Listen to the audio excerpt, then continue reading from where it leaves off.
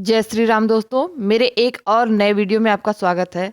दोस्तों, अपना सनातन धर्म कितना पुराना है ये तो हम सब जानते हैं, लेकिन दुनिया में ये कहाँ कहाँ तक फैला है ये आज तक हमको नहीं पता था। आइए देखते हैं एक वीडियो में रौनक के साथ कि पहले सनातन कहाँ तक और कितना विस्तृत था। हमसे हमारा इतिहास ही छुपा कर रखा गया, लेकिन अब धीरे धीरे सारा इतिहास हमारे सामने आ रहा है। तो आइए दोस्तों देखते हैं इस वीडियो में। अगर वीडियो पसंद आए तो लाइक, शेयर और सब्सक्राइब जरूर करें। धन्यवाद। तो चलिए वीडियो शुरू करते हैं। नमस्कार दोस्तों, जय हिंद, जय श्री राम। अयोध्या में भव्य राम मंदिर की प्राण प्रतिष्ठा की तैयारियां जोरों पर चल रही हैं। हर दिन ऐसी खबरें सुनने को मिलती हैं जिससे पता चलता है कि राम मंदिर को लेकर जनता का उत्साह, उनका इमोशन और उमंग की तमाम ऊंचाइयां पार कर चुका है। खुद प्रधानमंत्री नरेंद्र मोदी ने मंदिर की प्राण प्रतिष्ठा से पहले 11 दिन का अनुष्ठान करने का फैसला किया है। देश भर से साधु संत अभी से अयोध्या कूच करना शुरू कर चुके हैं। प्राण प्रतिष्ठा वाले दिन अयोध्या में 40 लाख दीपों की मदद से भगवान श्री राम की योद्धा वाली प्रतिकृति बनाई जा रही है। पहली बार दिवाली से पहले फिर से सड़कों पर मिट्टी के दिए बिकने लगे हैं। इस बीच मंदिर परिसर से आ रही तस्वीरें लगातार हम सबका दिल जीत रही हैं। राम मंदिर के 14 स्वर्ण जड़ित दरवाजे तैयार हो चुके हैं। गुजरात से लेकर उड़ीसा तक न जाने कितने राज्यों से झांकियां अयोध्या के लिए चल चुकी हैं। मेहमानों के लिए खास प्रसाद अभी से तैयार किए जा रहे हैं। अयोध्या से लेकर नेपाल तक पुलिस हाई अलर्ट पर है। अकेले अयोध्या शहर में 10,000 से ज्यादा सीसीटीवी कैमरे लगा दिए गए हैं। अयोध्या की हर गली नुक्कड़ सही मायनों में दुल्हन की तरह सजकर तैयार हो चुकी है। हर तरफ ऐसा माहौल है कि मानो प्रभु श्री राम के अलावा इस देश का कोई वजूद हो ही ना। आंखों में आंसू और दिल में उत्साह भरकर लोग बस इसी दिन का इंतजार कर रहे हैं। मगर ये कहूं कि ये भव्य राम मंदिर की प्राण प्रतिष्ठा का इंतजार सिर्फ भारत में ही नहीं बल्कि भारत से बाहर भी कई देशों में किया जा रहा है तो ये गलत नहीं होगा। थाईलैंड से लेकर इंडोनेशिया तक और श्रीलंका से लेकर साउथ कोरिया तक बहुत बड़ा वर्ग है जो इस दिन का बेसब्री से इंतजार कर रहा है। ये वो देश हैं जहां राम भक्तों की बड़ी तादाद है। ये वो देश हैं जिनका हमारी तरह भगवान श्री राम से नाता सदियों पुराना है। भारत में श्री राम की नगरी को हम अयोध्या कहते हैं, वहीं इंडोनेशिया में इसे योग्या के नाम से जाना जाता है। हम राम कथा बोलते हैं, इंडोनेशियन इसे ककनिन या काकावीन रामायण बुलाते हैं। हमारे यहाँ प्राचीन रामायण के रचयिता महर्षि वाल्मीकि हैं, तो वहीं इंडोनेशिया में इसके रचयिता कवि योगेश्वर हैं। थाईलैंड की राजधानी को तो 15वीं सदी में अयुथया कहा जाता था। इसे स्थानीय भाषा में वहां के लोग अयोध्या ही बोलते हैं। यहाँ के लोग अपने राजा को भगवान राम का वंशज मानते हैं और उन्हें विष्णु का अवतार कहते हैं। थाई संस्कृति और साहित्य का रामायण और राम से काफी जुड़ाव है। यहाँ के राजा अपने नाम के साथ राम लिखते थे। थाईलैंड के मौजूदा राजा को भगवान राम का 10वां वंशज माना जाता है। यहाँ तक कि उनके राज्याभिषेक के लिए गोरखपुर से पंडित गए थे। और तो छोड़िए, थाईलैंड की राजधानी बैंकॉक को महेंद्र अयोध्या भी कहा जाता है। लोगों का मानना है कि ये अयोध्या इंद्र ने बसाई थी। मगर इन सब जुड़ावों में सबसे दिलचस्प कहानी आती है दक्षिण कोरिया से।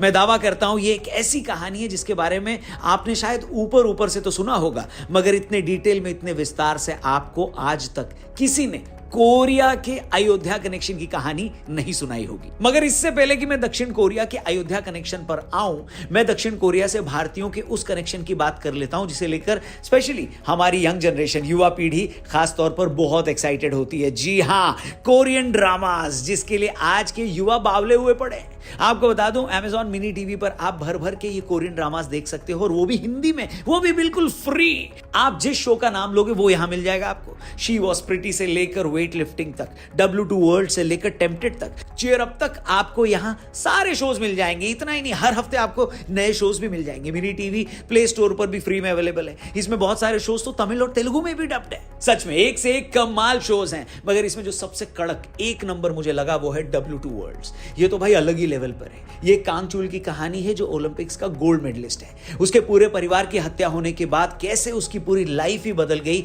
और एक ही मकसद पर वो चलने लगी, असली कातिल को ढूंढना। अब बॉस, मैं अब ज्यादा नहीं बताऊंगा, डिस्क्रिप्शन में लिंक दिया, उस पर क्लिक करके जाके आप खुद ही चेक कर लो, ठीक है। वापस से आते हैं अयोध्या के कोरियन कनेक्शन पर। दोस्तों, ये बात तो हमने कई बार सुनी है कि अयोध्या की राजकुमारी सूर्य रत्ना ने दक्षिण कोरिया के राजा सूरो से प्रेम विवाह किया था। यही वजह है कि बहुत सारे कोरियन अयोध्या को अपना ननिहाल भी मानते हैं। अब आपको पूरा विस्तार से बताते हैं, पूरी कहानी डिटेल में सुनाते हैं। तो ये कहानी शुरू होती है 48 ईसा पूर्व। अयोध्या में एक राजकुमारी रहती थी जिनका नाम था सूरी रत्ना। सूरी रत्ना के पिता का नाम था पद्मासेन और मां थी इंदुमती। पद्मासेन का कौशल साम्राज्य पर राज था। उस समय कौशल साम्राज्य आज के यूपी से लेकर ओडिशा तक फैला था।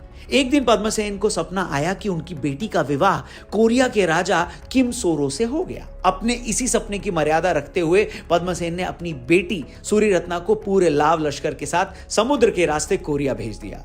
2 महीने की लंबी यात्रा के बाद रानी सूरी रत्ना कोरिया के ग्योंगसांग राज्य के किमहे शहर पहुंच गई। जिस दौरान सूरी रत्ना कोरिया की समुद्री यात्रा पर निकली थी, उसी दौरान कोरिया में राजा किम सोरो पर शादी के लिए दबाव पड़ रहा था। लोग प्रेशर बना रहे थे। उनके दरबारी लगातार उन्हें यह सलाह दे रहे थे कि वो अपने राज्य की किसी कुंवारी लड़की से विवाह कर ले, मगर किम सोरो का मानना था कि उनकी शादी स्वर्ग से तय की जाएगी। इसके बाद उन्होंने अपने साथियों को आदेश दिया कि वो घोड़े और बोट लेकर उनकी राजधानी के दक्षिण में एक आइलैंड की तरफ जाएं। सोरो से आदेश मिलने के बाद उन लोगों ने वही किया। वहां पहुंचकर उन्होंने देखा कि उनकी तरफ एक जहाज आ रहा है। उन्होंने फौरन इसकी जानकारी राजा को दी। इसके बाद सोरो ने राज्य के कुछ और वरिष्ठ अधिकारियों को वहां भेजकर उन लोगों को दरबार में लाने के लिए भेजा, मगर रानी सूरी रत्ना ने यह कहते हुए उनके साथ जाने से इनकार कर दिया कि वो अनजान लोगों के साथ कहीं नहीं जा सकती।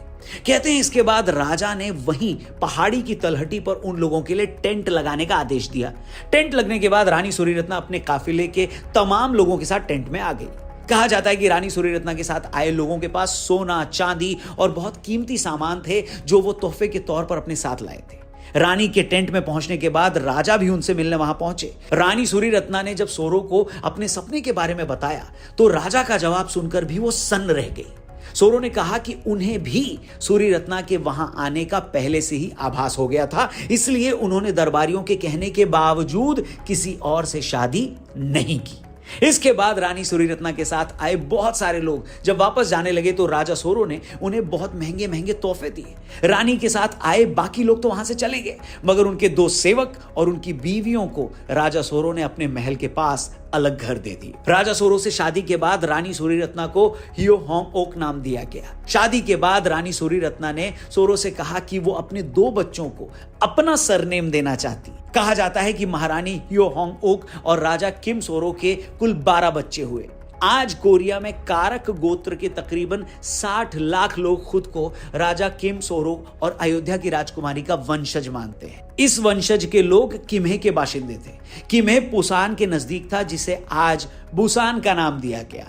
आबादी के लिहाज से बुसान आज सियोल के बाद साउथ कोरिया का दूसरा सबसे बड़ा शहर है। और तो और बीबीसी की एक रिपोर्ट की माने तो दक्षिण कोरिया के पूर्व राष्ट्रपति किम डेई-जंग और पूर्व प्रधानमंत्री हियो जियोंग और जोंग पिल किम भी रानी सूरी रत्ना के कारक वंश से ही आते हैं। इस वंश के लोगों ने उन पत्थरों को आज तक संभाल कर रखा है जिनके बारे में यह माना जाता है कि सूरी रत्ना अपनी समुद्री यात्रा के दौरान अपनी नाव को संतुलित रखने के लिए अपने साथ अयोध्या से उन्हें लाई थी। दोस्तों, रानी सूरी रत्ना की इस सारी कहानी का जिक्र कोरियाई ग्रंथ सांगयुक युसा में मिलता है। इस ग्रंथ को सांगयुक सकी भी कहते हैं। इसका मतलब होता है 3 राज्यों की याद का वर्णन। सूरी रत्ना के बारे में कहा जाता है कि वो 189 साल जिंदा थी, 189 ईयर्स। रानी की याद में आज किम्हे शहर में एक स्मारक भी बनाया गया है। उनके स्मारक के ठीक सामने एक शिलालेख भी है जिसके बारे में लोग मानते हैं कि उसे रानी अपने साथ अयोध्या से कोरिया ले आई थी। क्या बात है दोस्तों, क्या ही लाजवाब कहानी है और क्या ही खूबसूरत इमोशन। भारत में अब भी बहुत से लोग सूरी रत्ना की सच्चाई के बारे में नहीं जानते, मगर दक्षिण कोरिया में उन्हें लेकर जबरदस्त भावना है, जबरदस्त इमोशन है। इसलिए आज जब अयोध्या में भव्य राम मंदिर का निर्माण हो रहा है तो भारत के साथ लाखों कोरियाई लोग भी भावुक हैं। आप सुनिए खुद भारत में कोरिया के एम्बेसडर ने इस बारे में क्या कहा था।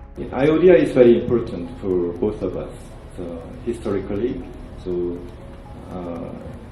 the legendary story of the Indian princess marrying to Korean king 2000 years ago started from Ayodhya. तो सुना आपने दोस्तों, ये देखकर सच में बड़ी खुशी होती है कि प्रभु श्री राम के मंदिर के उद्घाटन से पहले पूरी दुनिया में रहने वाले राम भक्त बेहद खुश हैं। फिर चाहे वो भारत से हो या ना हो, फिर चाहे वो हिंदू भी हो या ना हो, वो खुश हैं। भगवान राम से सदियों पुराना नाता महसूस करते हैं, तभी तो भारत की तरह इन देशों में भी सैकड़ों सालों से रामलीला मनाई जाती है, आयोजित की जाती है, खेली जाती है। आप ये जानकर हैरान हो जाएंगे कि 86% मुस्लिम आबादी वाले इंडोनेशिया जैसे देश में भी हर साल सैकड़ों रामलीलाएं आयोजित की जाती है। फिजी जैसे देश में 50 से ज्यादा रामलीलाएं होती हैं। ट्रिनिडाड में रामलीला मंडली 100 साल पुरानी है। यहां पर तो अंग्रेजी भाषा में रामलीला होती है। अमेरिका के माउंट मेडोना स्कूल में 40 सालों से रामलीला हो रही है।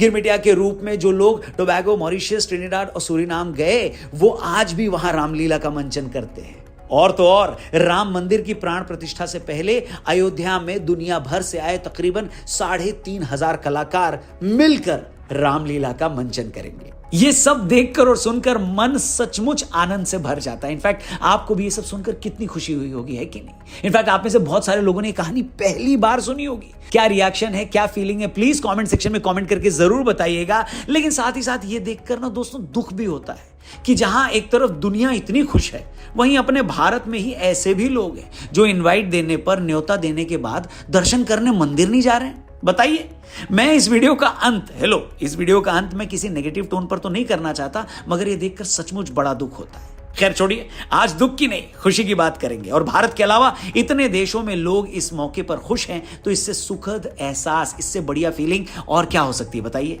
उम्मीद करते हैं कोरियाई लोगों के अयोध्या से इस खास कनेक्शन से जुड़ा हमारा ये खास वीडियो आपको अच्छा लगा होगा।